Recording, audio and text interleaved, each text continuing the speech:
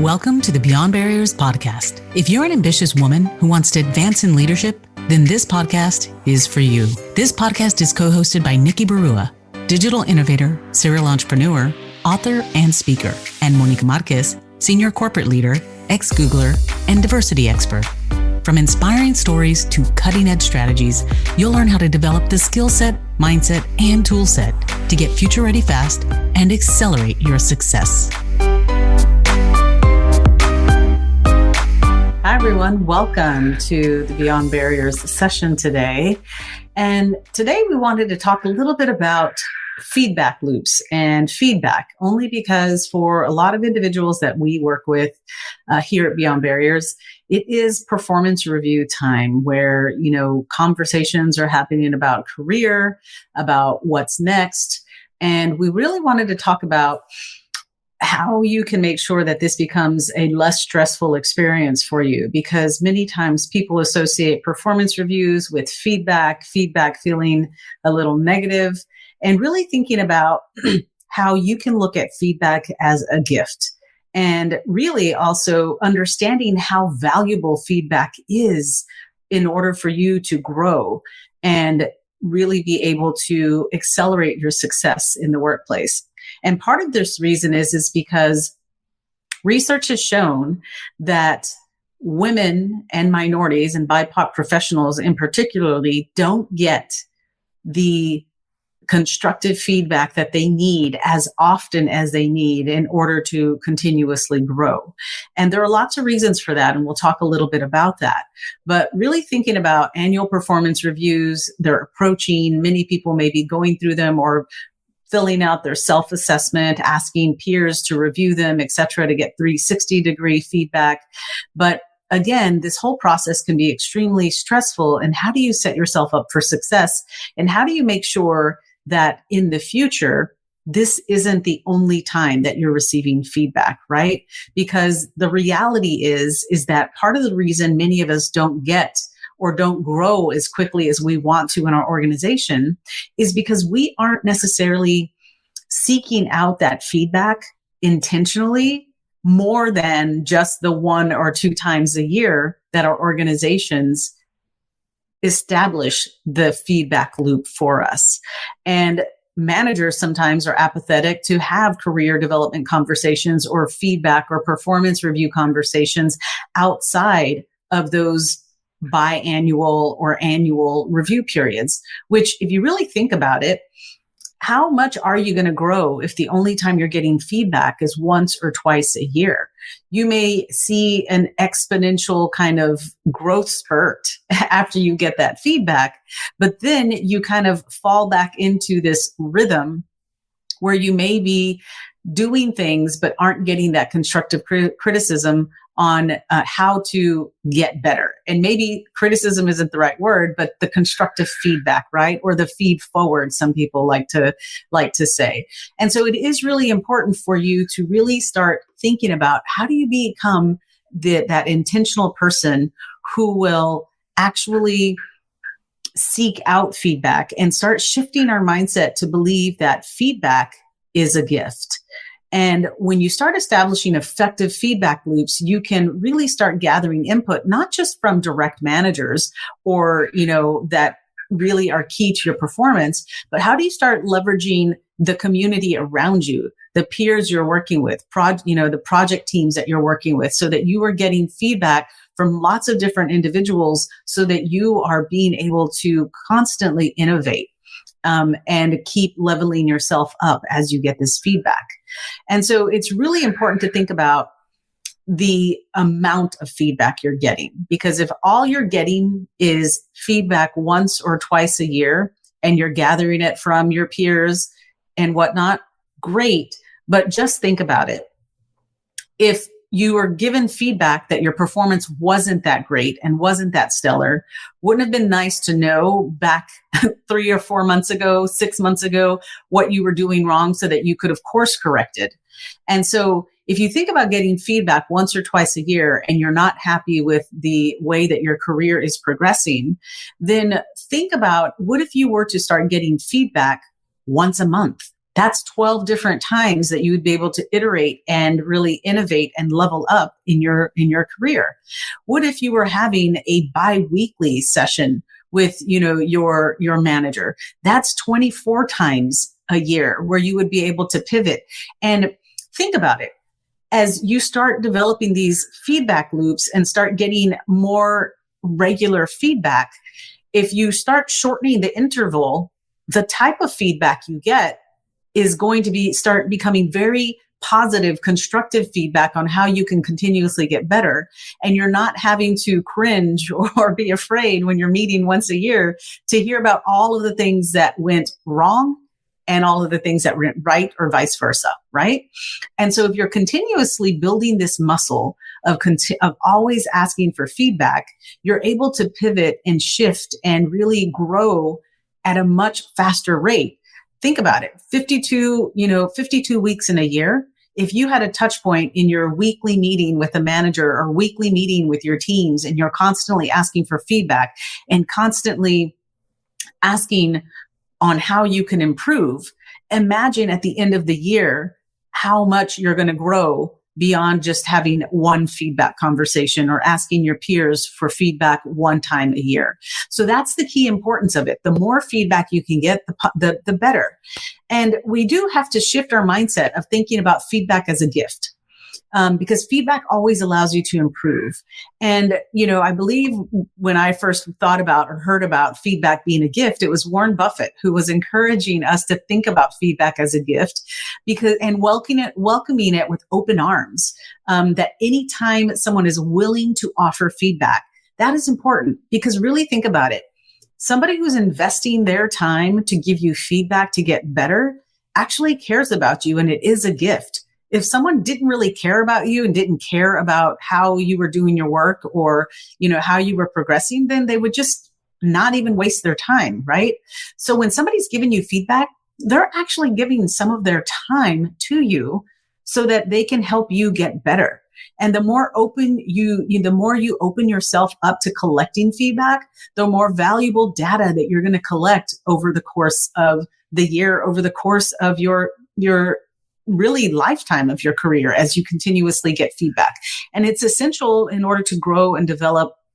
And especially in today's workplace, feedback is crucial in developing yourself as an individual, developing talent around you, improving morale, right? If, you're able to course correct and the things that you're doing wrong and you can fix them, then really you're going to start aligning yourself with success and really being able to define on what it is that you need to do to get ahead. And this is important. And it's important because if we think about performance reviews and how we're capturing what your manager really considers to be your performance and how you are evolving, all of these performance reviews end up being a data point in your organization that helps them make decisions on promotions, on your overall performance, and on compensation and other things as well. Other types of programs or benefits that they're offering to help develop more talent and helping develop more leaders in their organization. So you do have to invest time on making sure that your performance review isn't just some project that you do only once a year to your chagrin, because this is a stressful time where you're going to get feedback. And so really thinking about, that you want to make this as a welcoming experience as possible for yourself. And research has shown, right?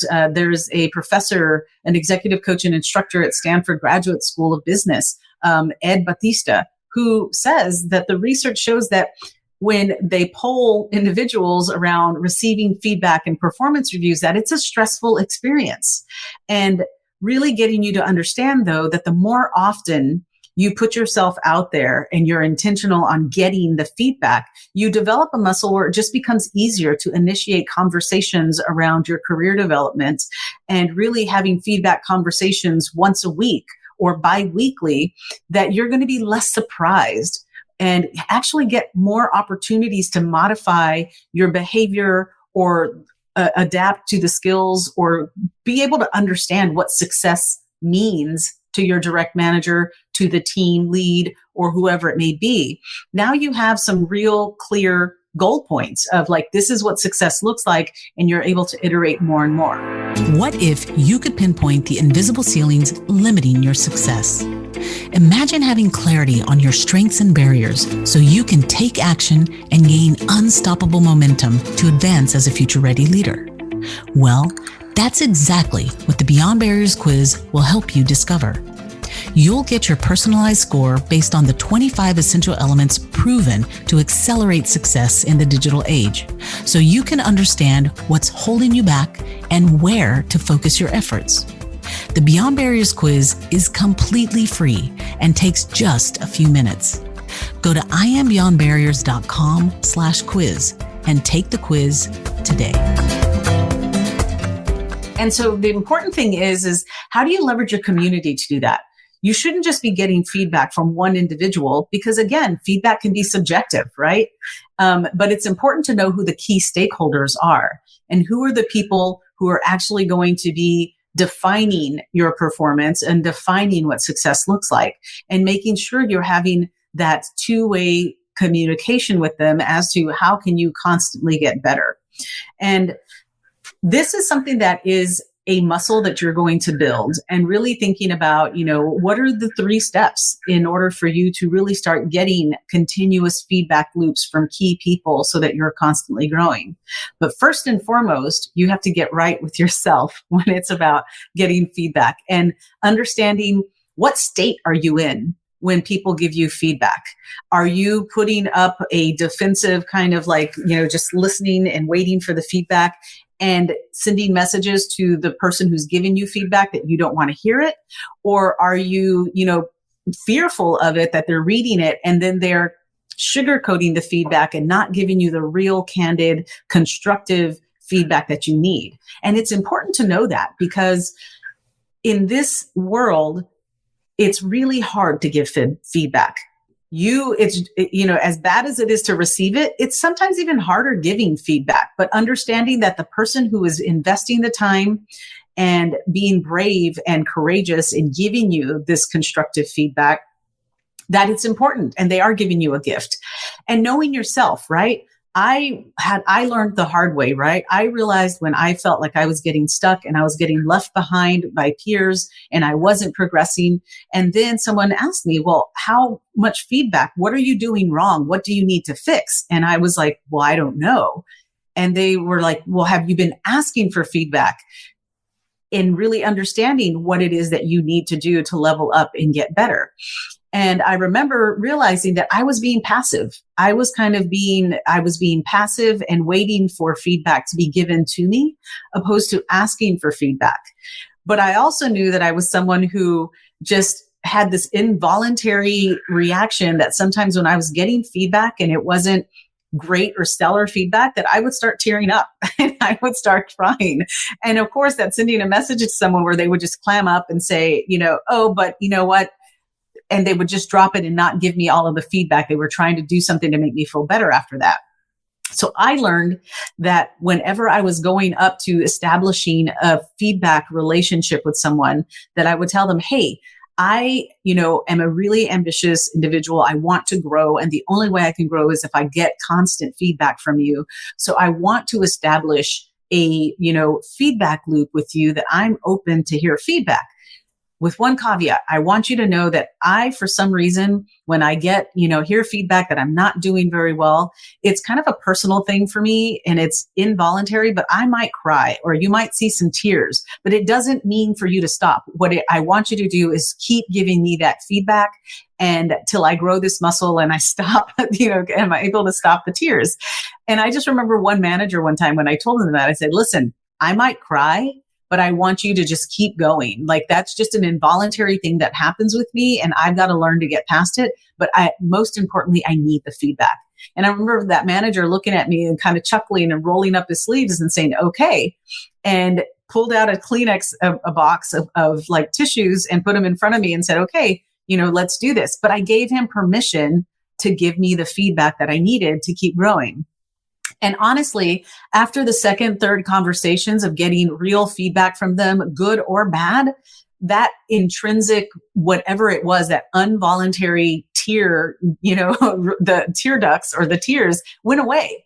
And so it is a muscle and you learn to develop it. And so that is the important thing of understanding that, getting feedback is super important, but also you need to engage in it. And so that way your end of the year performance reviews aren't, the first time that you're hearing of what you were doing wrong, but instead it's validation of all of the feedback you've been getting and how you've been putting into action. And your end of the year performance reviews end up being kind of a report card of all the great things you did and what you've done to grow so far. And it's not the starting point anymore. That ends up being more the finish line of you've been getting feedback all along, and your performance review is the time where you get to celebrate the accomplishments, talk about the accomplishments, record the accomplishments, and leveraging that and making sure that you have a very well-rounded performance review that can be leveraged for promotions, for, high performance ratings, for compensation decisions, for, any kind of fast track leadership programs, etc. So that is the key, that this information is leveraged by your HR departments, by your leadership development departments. And so you want to make sure that you aren't just kind of lobbing it over in terms of, oh my God, I have all of these performance reviews, self-reviews, and things like that. Understand that these are critical data points that organizations use. So step one is make sure that you are defining the kind of feedback that you want. What's the objective? Think about your specific objective for the feedback. It may be that you want to see, how you're doing as a whole, but it also may be a very specific competence or a very specific project that you're working on, or a very specific human soft skill that you're trying to develop, whether it's, public speaking or any of those types of things, but really try to hone in on and have a specific ask of, can you help me on this specific thing? What is the feedback that you can give me on this particular thing? So be specific, have an objective of what kind of feedback that you want. Then make sure that you're choosing the right people to get feedback from. You can't just ask anybody to give you feedback, because that's not effective. And you also have to let them know that you're going to ask them for feedback, so that they aren't just kind of trying to think back of like, oh, let me think, that they are actively watching you from now on and saying, okay, Monica wants feedback on how she's presenting. So the next team meeting we have, the next project pitch we have or something, I'm going to be watching her closely so that I can give her really great feedback and something more than, you did a great job, keep doing what you're doing. That's not going to help you get better. They coming back and saying, hey, I realize that when you pitch, you're fidgeting a lot, or, you could condense, your slides down to 5 bullet points, whatever it may be. You're going to start getting constructive feedback if you're intentional and let them know that you want them to start really paying attention to you and helping you grow. And then really thinking about, determining the approach, right?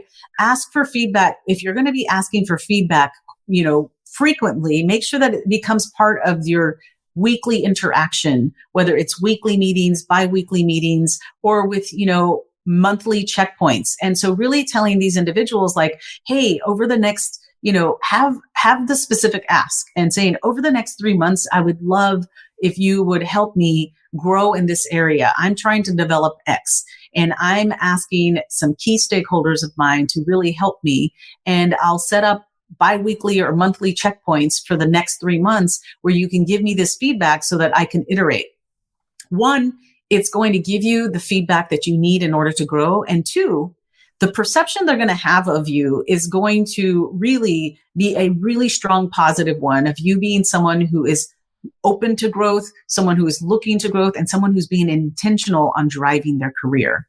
So remember, feedback is a gift. And if you're relying on your once a year annual performance review to be the only time you get feedback, you are going to get left behind. So let's make sure that you are constantly being intentional and asking for feedback from now on a regular cadence, much more feedback, be it once a month, 3 or 4 times a year, but definitely way beyond just that annual review, and you will see that the muscle and you'll shift right away. That muscle on receiving feedback, being able to digest the feedback and actually put that feedback into action will be an amazing experience for you now. And you no longer are going to be really, being in this space where you're fearful of receiving that feedback. So I hope that's been helpful. And I hope that moving forward, your performance reviews will no longer be a stressful experience for you. Thanks a lot. Thank you for listening to the Beyond Barriers podcast. There are thousands of podcasts out there, and we are so grateful that you've chosen to listen to ours. If you enjoyed the show, please leave us a rating and tell a friend about it. And subscribe to get new episodes every Monday, Wednesday, and Friday. Visit IamBeyondBarriers.com, where you'll find show notes, links, and the best way to connect with our guests. See you next episode.